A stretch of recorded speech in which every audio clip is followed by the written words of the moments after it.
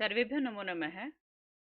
तो आज की जो हमारी वीडियो है वो बेटा समय का जो प्रश्न है आपका उस पे रहने वाली है। और अगर आपने अभी तक समय वाला टॉपिक नहीं भी पढ़ा है तो भी 4 नंबर का ये प्रश्न है, आपके 4 के 4 नंबर इस प्रश्न में आपको यहाँ पे मैं पक्के करा दूंगी।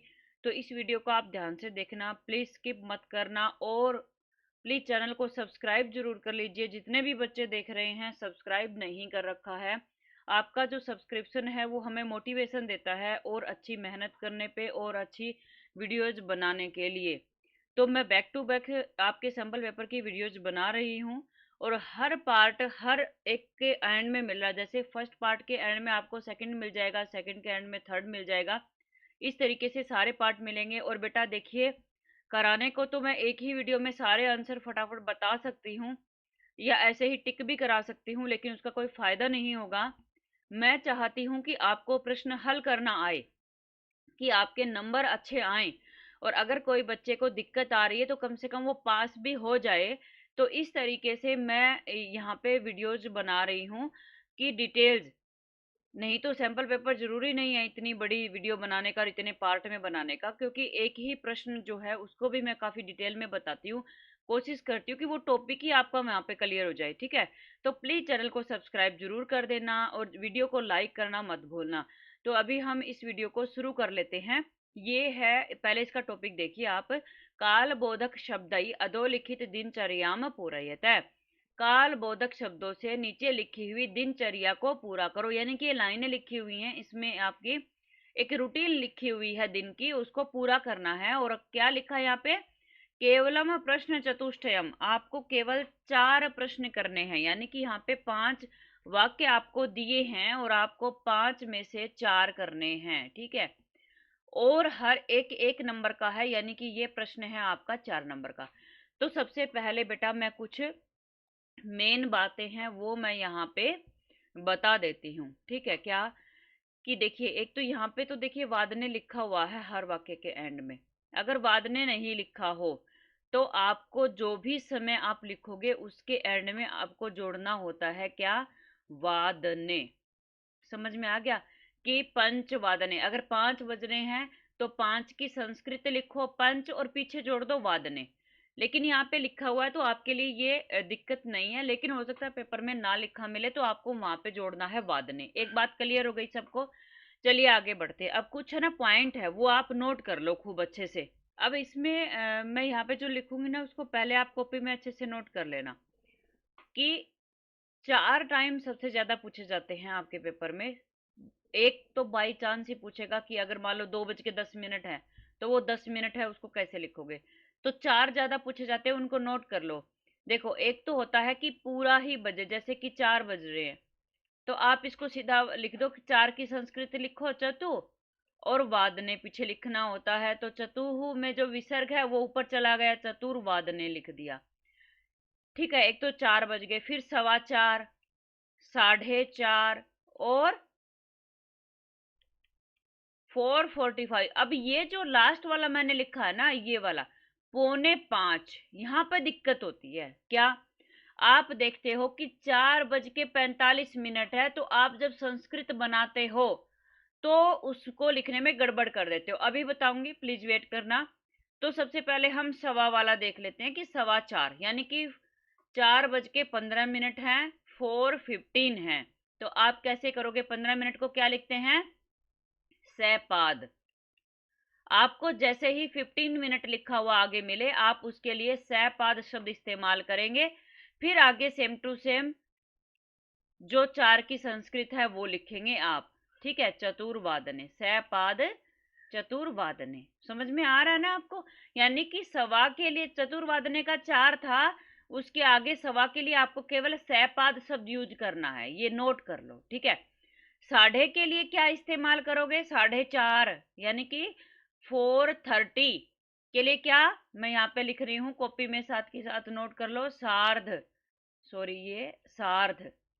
फिर आगे वही चतुर्वादने। अब सार्ध को इस तरीके से भी लिख देते हैं, ये इस तरीके से, ठीक है। तो दोनों में से कोई भी एक आप नोट कर लो। सार्ध चतुर्वादने, साढ़े का आप ये लिखोगे, सार्ध शब्द इस्तेमाल करोगे।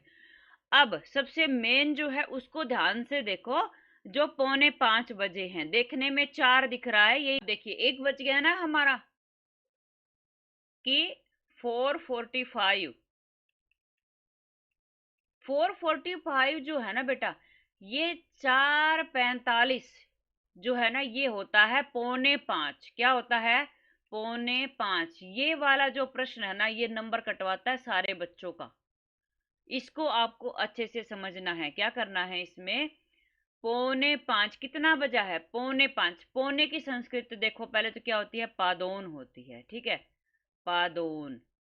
और 5, फिर यहाँ पे 5 की संस्कृत लिखनी है, 4 की नहीं लिखनी। यहाँ पे 4 दिया हुआ है लेकिन 4 की नहीं लिखनी, ठीक है, और ऑप्शन दिए हुए भी नहीं है।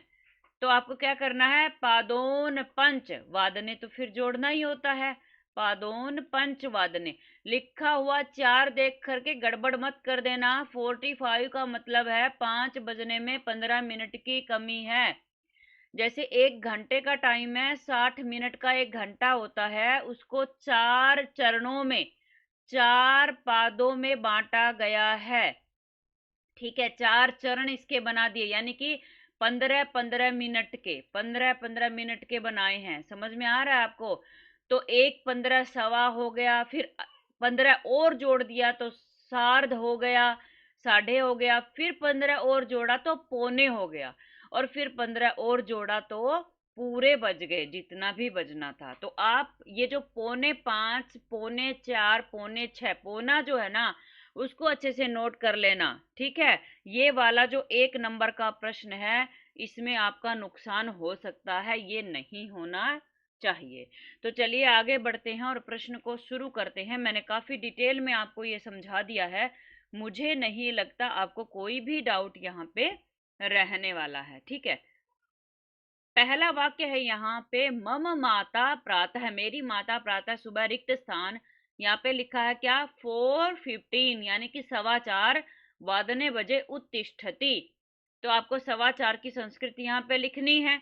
तो आप क्या लिखेंगे? सवा की मैंने संस्कृत आपको बताई ही थी, सैपाद। 15 देखा आपने, सैपाद लिखना है। फिर 4 की संस्कृत क्या होती है? सैपाद चतुः। वादने इन्होंने यहाँ पे लिखा हुआ है, नहीं तो आप जोड़ दीजिए, मैं यहाँ पे लिख रही हूँ। आप केवल आंसर अगर लिख रहे हैं तो फिर आप जोड़ के लिखिए। सैपाद चतुर्वादने यहाँ पे लिख रही हूँ, आप नोट कर लीजिए, ठीक है।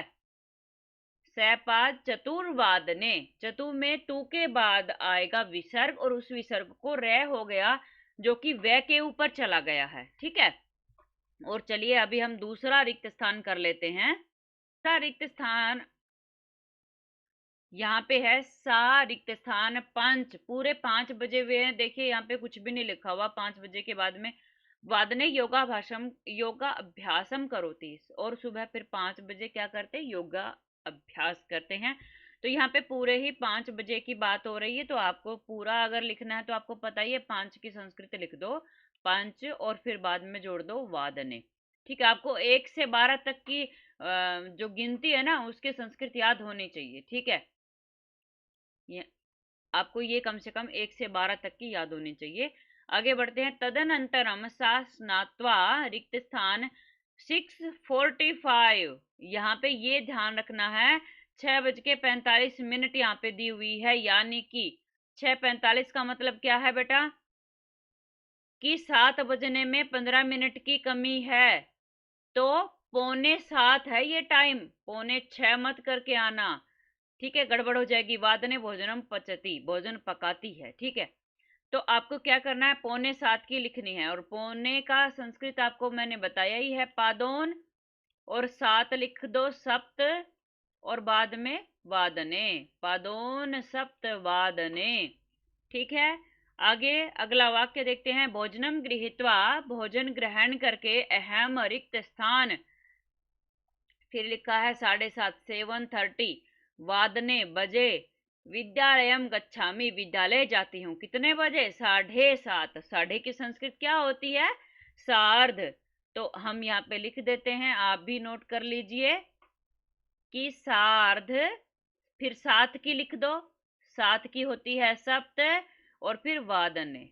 ठीक है, तो ये आपका चौथा रिक्त स्थान भी हो गया।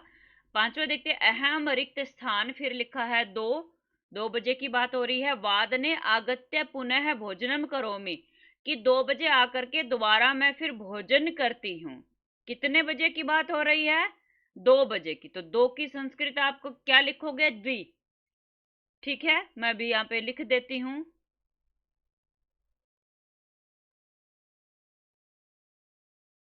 इसके सामने लिख रही हूँ, आप अपनी कॉपी में नोट कर लीजिए। द्वि, और फिर बजे का तो वादने लिखना ही है। ठीक है, द के नीचे वह लिखा है बेटा मैंने, ये थोड़ा सा इस तरीके से लिख करके वीडियो बनाते तो राइटिंग में गड़बड़ हो जाती है। ठीक है, द्विवादने यहाँ पे आप लिख दोगे। तो इस तरीके से हमारी ये समय की वीडियो है, और अगर आपको ये वीडियो पसंद आए तो प्लीज चैनल को लाइक शेयर सब्सक्राइब जरूर करके जाना।